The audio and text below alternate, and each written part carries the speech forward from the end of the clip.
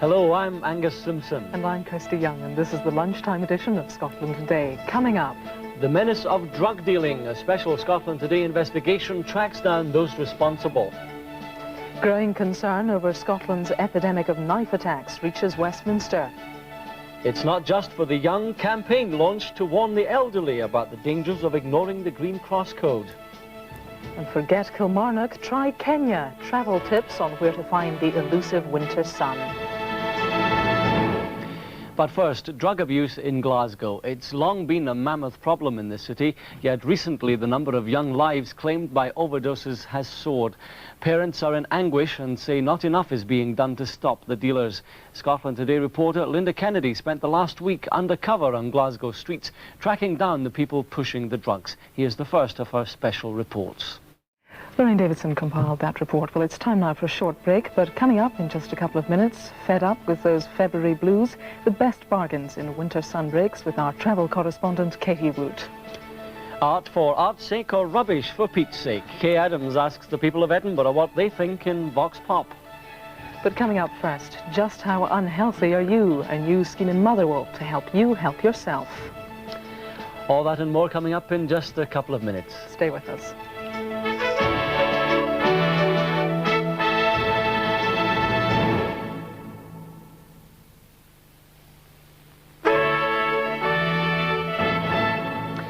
Hello again. Getting fit and healthy always seems to be one of those chores that you can start tomorrow. But with the launch of one of the most ambitious community health projects ever seen in Scotland, the people of Motherwell no longer have any excuse. We'll be going over live to Motherwell later in the programme to find out more.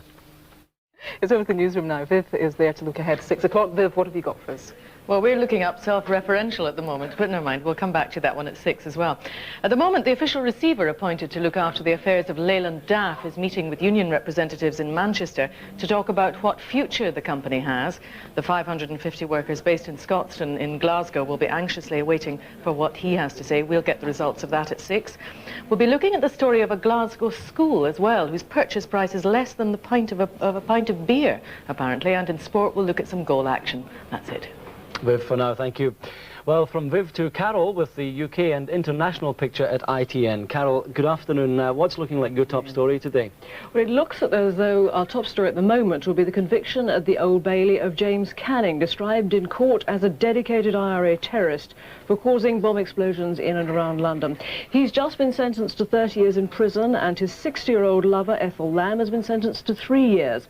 She told police that Canning had used her home as a bomb factory.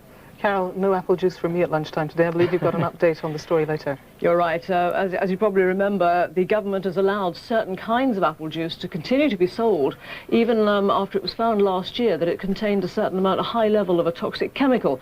Now, the government will actually be making a statement on that this afternoon. Carol, until 5:40, thank you.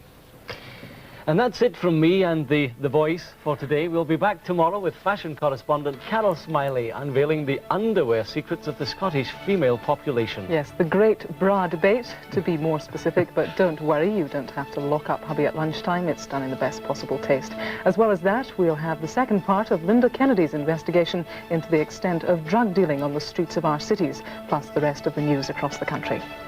Yes, and Viv, Shireen and Jim will be here this evening, but remember, if you're up before the milkman in the morning, I'll be around at 6:15 for Scotland's first television news. Can't promise I'll be awake, but I'll certainly be here. Waking up with Angus, what a thought. We'll be back tomorrow. Have a good afternoon. Good afternoon.